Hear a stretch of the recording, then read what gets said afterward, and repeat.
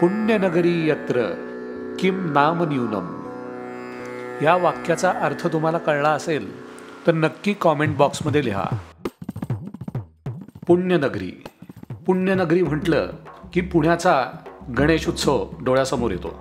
1893 साली लोकमान्य टिळकांनी पुण्यातला सार्वजनिक गणेशोत्सव सुरू केला। आज ह्या गोष्टीला जवळजवळ 131 वर्ष होत आहेत, पण अजूनही पुण्याचा गणेशोत्सव नुसता टिकूनच नाही तर बहरलाही आहे। आजच्या पुण्याच्या मॉल आणि मेट्रोच्या संस्कृतीत पुण्याच्या गणेशोत्सवाची संस्कृती ही तशीच आहे। हा व्हिडिओ खास करून त्या लोकांसाठी आहे जे कधी काळी गणेशोत्सवामध्ये रात्री रात्री जागून गणपती मंडळाचे देखावे पुण्याच्या रस्त्यावरून बघत फिरलेत, पण आज ते त्यांच्या कामाच्या व्यापातून गणेशोत्सवात गणपतीचं दर्शन घेऊ शकत नाहीत किंवा काही लोक वयोमानाप्रमाणे घराच्या बाहेर पडू शकत नाहीत। त्या लोकांसाठी खास पुण्याचे 5 मानाचे गणपती आणि काही खास महत्त्वाच्या गणपतींचं आपल्याला या व्हिडिओतून दर्शन होईल। तसंच पूर्वी गणपतीत फिरत असताना दिसणारे गल्लीबोळ त्या प्रत्येक माणसाला आपल्या जुन्या काळाची आठवण करून देईल।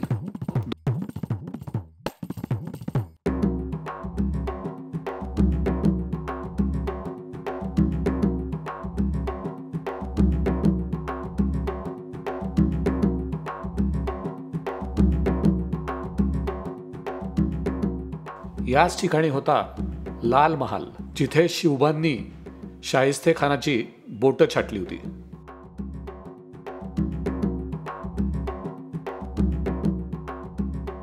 इथनं पुढं गेलं की डावीकडे येतो पुण्याचं ग्रामदैवत असलेला पहिला मानाचा गणपती, कसबा गणपती।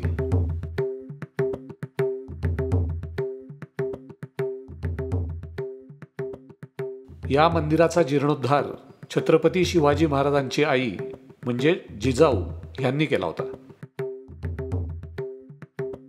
प्रत्यक्ष कसबा गणपतीची मूर्ती ही स्वयंभू आहे।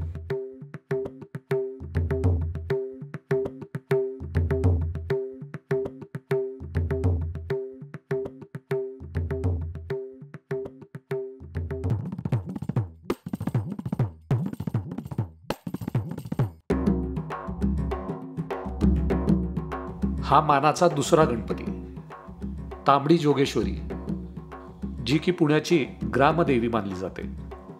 पुण्यात नवीन लग्न झालं की नवरा आणि बायको आवर्जून इथे देवीच्या दर्शनाला येतात।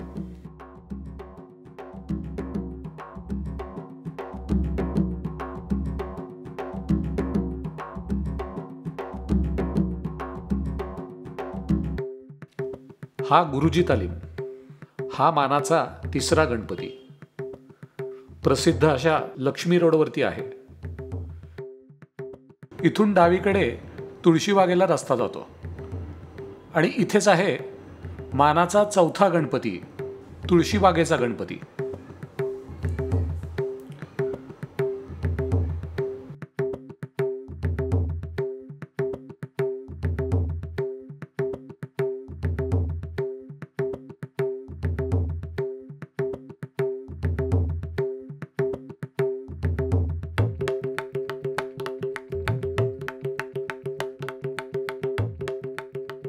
हे तुळशीबागेचं राम मंदिर, ह्याला पेशवेकालीन इतिहास आहे।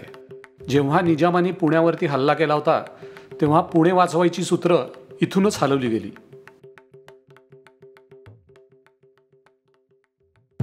हा मानाचा 5वा गणपती, केसरीवाडा, इथे लोकमान्य टिळक राहत होते। लोकमान्य टिळकांनी इथूनच केसरी आणि मराठासारखी वृत्तपत्र ब्रिटिश काळात चालवली होती। हा भाऊ रंगारी बोळ, माझ्या माहितीनुसार याच बोळामध्ये लोकमान्य टिळकांनी पहिला सार्वजनिक गणेशोत्सव आणि त्याची घेतलेली सभा, तोच हा बोळ। जर माझी माहिती काही चुकीची असेल तर आपण कॉमेंट बॉक्समध्ये कॉमेंट करू शकता।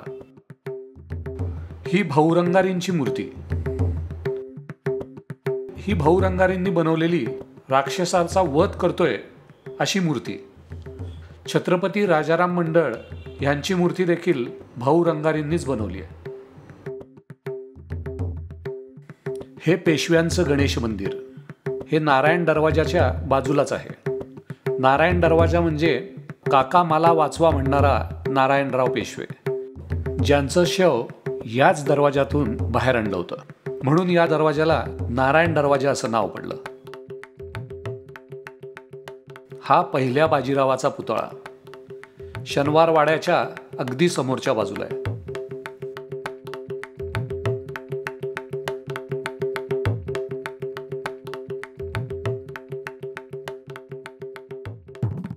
हा श्रीमंत दगडूशेठ हलवाई गणपती. दगडूशेठ हलवाई यांच्या नावावरूनच ह्याचं नाव श्रीमंत दगडूशेठ हलवाई गणपती असं पडलं.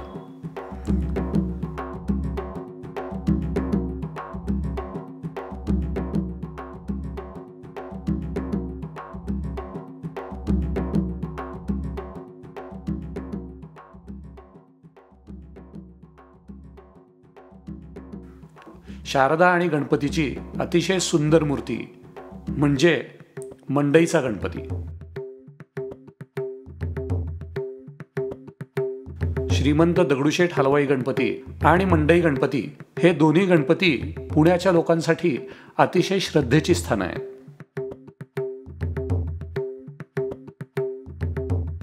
हा जिलब्या मारुती. या मंडळाची स्थापना 1954 साली झाली. असं म्हणतात, इथला एक हलवाई इथल्या गणपती आणि मारुतीला जिलब्यांचा हार अर्पण करत असे आणि म्हणूनच त्याला जिलब्या मारुती असं नाव पडलं. या मूर्तीचे डोळे काचेचे आहेत.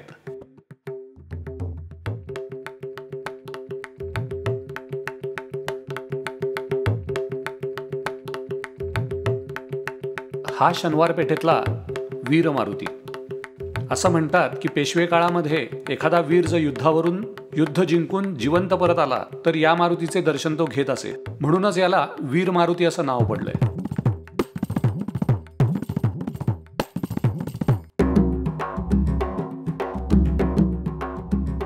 हा छत्रपती राजाराम मंडळ गणपती. गेली काही वर्ष वेगवेगळ्या मंदिरांच्या प्रतिकृती अतिशय हुबेहूब तयार करतात. यावर्षी त्यांनी अमृतसरचं सुवर्ण मंदिर बनवलंय. हे दिसायला अतिशय अप्रतिम दिसतंय. ज्यांना शक्य आहे त्यांनी इथे नक्की येऊन भेट द्यावी.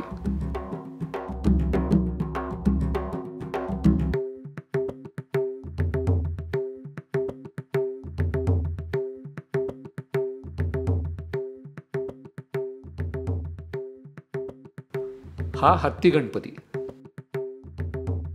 हे कायमच अतिशय सुंदर असे हलते देखावे बनवत असतात. यावर्षी त्यांनी रामायणातील युद्धाचा प्रसंग सादर केलाय. इथल्या भव्य मूर्ती हे लहान मुलांसाठी कायमच आकर्षण ठरतात. जसजसे तुम्ही पुण्याच्या पेठांपासून लांब जाता तसतशी गर्दी कमी होत जाते. टिळक रोडवरील हा ग्राहक पेठेचा गणपती. इथे दरवर्षी बिस्किट आणि चॉकलेट पासून देखावा बनवला जातो. हेही लहान मुलांचं आकर्षण ठरतं. आता पुण्यातील काही ऐतिहासिक संदर्भ बघूया.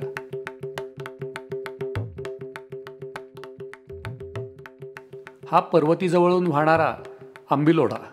हा पूर्वी साधारण 1750 पर्यंत पूर्ण बाजीराव रोडवरती वाहत होता.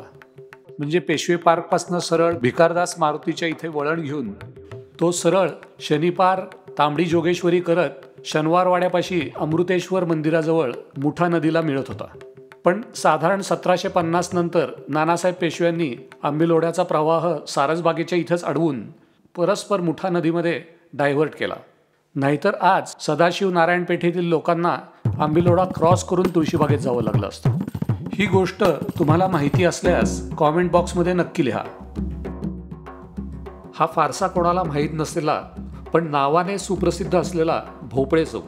फिरून फिरून भोपळे चौकात ही म्हण ह्याच चौकावरून पडली आहे. समोर महाराणा प्रताप उद्यान, इकडे बाजूला भिकारदास मारुती आणि हा आहे जादूगार रघुवीर यांचा बंगला. कधी पुण्यात फिरलात तर कधी फिरून या भोपळे चौकात.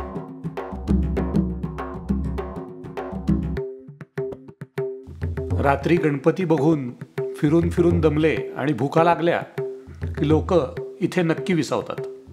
तीच ही पुण्यातील पेठेमधली सुप्रसिद्ध अशी खाऊ गल्ली, जी की अनारसे सामोसेवाल्यांमुळे अतिशय फेमस झाली. 25-1 वर्षापूर्वी या झाडाखालीच इथेच एका टोपलीत सामोसे घेऊन अनारसे सामोसेवाल्यांनी सामोसे विक्रीची सुरुवात केली होती. हा व्हिडिओ आपल्याला कसा वाटला हे कॉमेंट बॉक्समध्ये नक्की लिहून कळवा.